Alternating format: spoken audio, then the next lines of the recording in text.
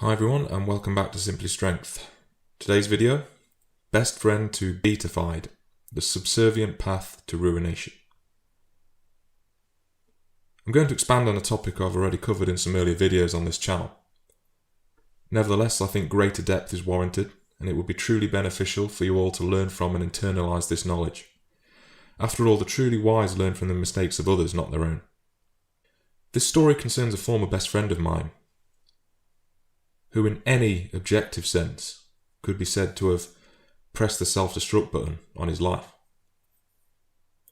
As a bystander looking on throughout this sorry episode, I was uniquely positioned to learn from these experiences, educate myself, and I often remind myself of this story just to keep the message at the forefront of my conscious plane. Over the past 10 years or so, I've developed, cultivated and refined my stoic and apathetic attitude to sex, dating and relationships. This has been further underpinned by my observations of others during this time, particularly contacts on social media. Believe me, Facebook has been a revelation for watching the metaphorical meteorites of people's lives, people I used to know that thought they were the shit, male or female, blissfully impacting with the earth. And also by my interactions with friends and relatives.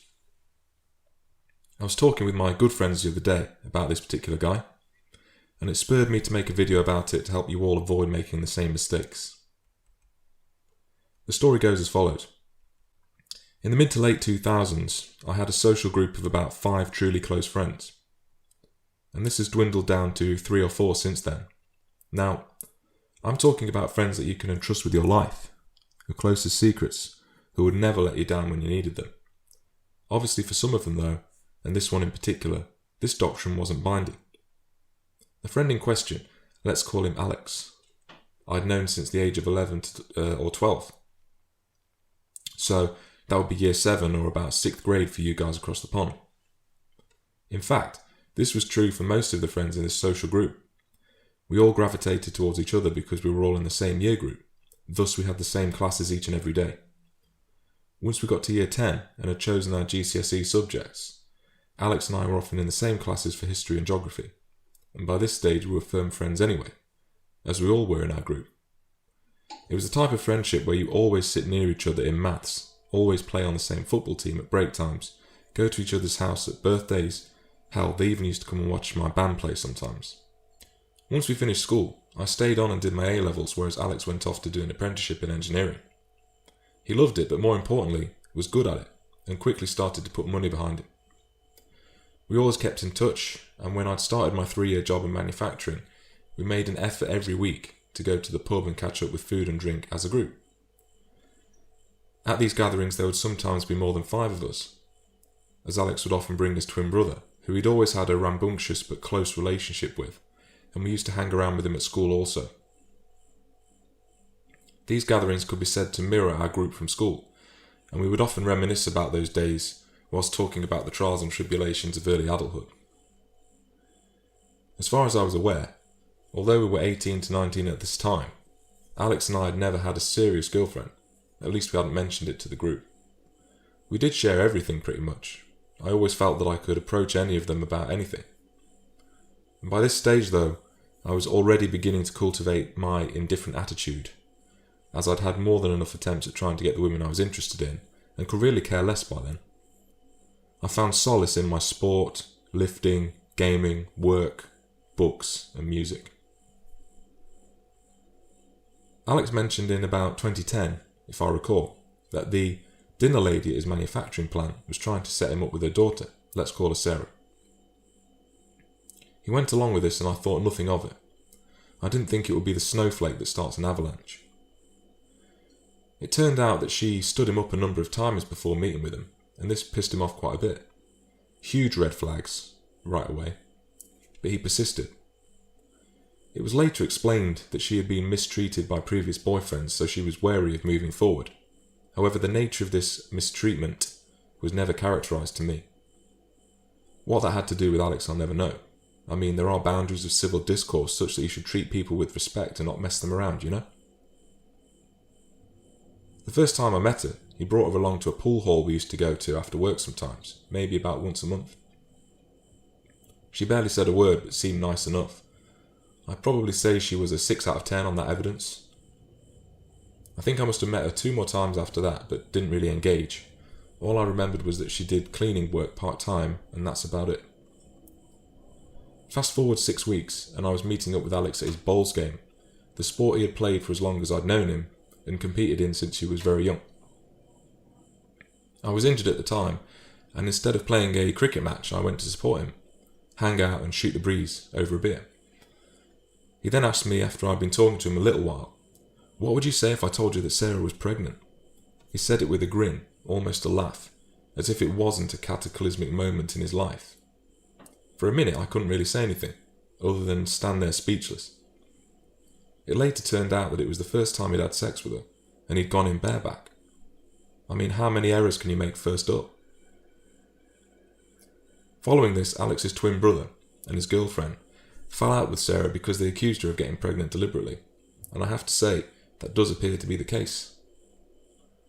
I can't remember if she said she was on the pill at the time or not, but it doesn't look like it. He went into this relationship without a shred of due diligence and absolutely no discretion, and it cost him dearly, in my opinion. The worst part is that I'm not even sure he's aware of it himself, but my feeling is that he will be in time. Part of me wants to believe that her and her parents knew Alex was on good money and had a fair bit saved up and was thus a good catch, but I don't want to be too cynical. What do you guys think? Once the pregnancy news hit, the simping began. He couldn't do enough for her, running around all over the place. I remember at my 21st birthday party, he couldn't stay the whole course because he had to rush off to meet her or something. Everything started to come second to her wants and needs. Another friend in our social group was getting married. He was another one soon to abandon us. And we all met at their flat to discuss the wedding ceremony. I'd been asked to play during the ceremony and needed to go through the songs I would play on the acoustic.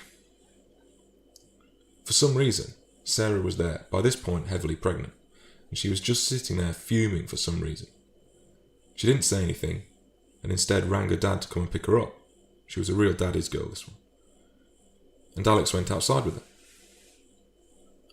He then came back in saying that her dad would, quote, call him on her behalf. Sure enough, he calls Alex, who goes outside to answer it. Apparently, her dad was pissed that she wasn't seated right, or the chair was wrong, or something, I don't even remember. I truly did feel sorry for the guy. I really did. But ultimately, the blame lay with him. As you make your bed, so you must lie in it. Once the baby arrived, Alex had to move from his parents' house, I think he was 21 at this stage now, to live at her parents' house. Why the hell he had to do this, I don't know, but her parents probably pressured him into it. How awkward that must have been, wandering around the house, seeing to a baby but never able to do it your way, always having her parents around interfering. It was bad enough the way things were, but I rapidly came to the conclusion that one of my closest friends for 9 and 10 years had no balls. Cue the marriage at a Protestant church, again under pressure from the parents, I reckon. The couple had to attend church every week before they would be wed, and I feel that, again, this was her pressuring him. I find that ironic, seeing as it was sex out of wedlock in the first place, and the kid was born before marriage and so on. It's weird how people are religious when they feel like it, when it suits their situation and consequences, to their benefit. I have bittersweet memories of that wedding, purely because I knew it was the beginning of the end for our friendship, and the end of his free existence in life, but also because on entering the church car park, my car exhaust got ripped off and cost me £400. Following that, our contact with them dropped off. The last time we met was a meal at their house, which Alex had taken out a mortgage on. We had some food and talked, and that was the last time we ever spoke. The contact just dropped off. A friend of mine who worked at a supermarket they went to saw them once, and they blanked him. It's very sad to remember this because of how strong our friendship was with him and how long it had been. I did hear that he had another child and was still in his job from before. I have no worries in sharing this with you all because, to me, the guy no longer exists. He is a shell, a husk of the person I knew, and if I made contact with him again in some way I wouldn't recognise him.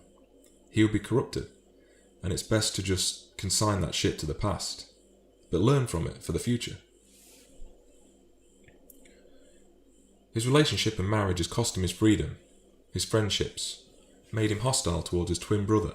They no longer talk. And alienated and isolated his existence. His entire world is her and the kids. And I think this happens to a lot of people that end up getting married. Did he really have a choice? I guess you could say he did, going in bareback, realising the risks he was taking. If he didn't, he was an idiot. He's left himself now at the whims of his wife. If she decides to just take the kids and leave him, he will likely lose custody and half of everything he holds dear. He's lost his friends, and in the event that he does get ripped to pieces, we won't be there to support him.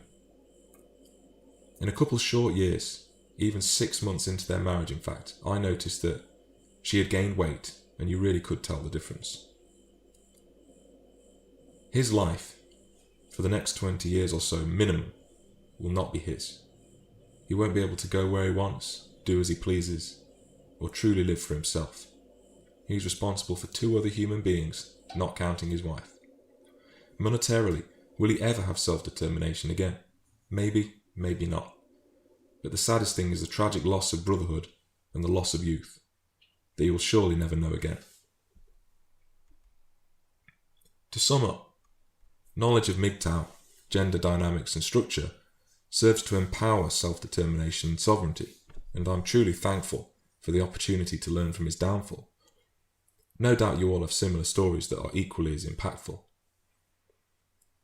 I think the scene from The Matrix, the image of Neo looking out over the desert of the real, in complete solitude, watching the other humans blissfully unaware of their enslavement and subjugation, is supremely powerful, and no doubt it resonates with most of you. It certainly does with me. As Morpheus says, some people are so inert, so hopelessly dependent on the system, that they will fight to protect it. Marriage is just the done thing in many people's eyes, and they walk into it without understanding the why. In the present day, there's only one friend from that social group that I see on a regular basis. I've now known him for about 15 years, and in this instance I would honestly support the view that male brotherhood can be much stronger and more beneficial than the thirst for female interactions. I treat women as peers and respect them just as much as the next person, but I do not put pussy on a pedestal or grovel for it. I aspire to date and have positive relationships with high quality women, but I absolutely will not cohabit or marry. I like my own space, time and resources and value my personal freedom, given that my own beliefs around existence, from a religious perspective, I accept life as it is. It's finite, and I respect that I need to value every second. I have another pal that I met at university 7 years ago, who, despite having a very young family, is also married as well. He always makes time to catch up and socialise, demonstrating a keen interest in my life and career. I think it's the true hallmark of a great friend if they consistently make time for you regardless of the constraints and consequences, and this is something we can all apply to our lives, whatever our situation.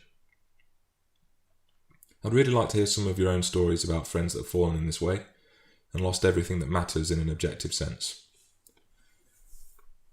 Thanks to everyone for all of the views, likes and comments. I really appreciate the engagement, and I'm thoroughly enjoying the creative process of putting these videos together.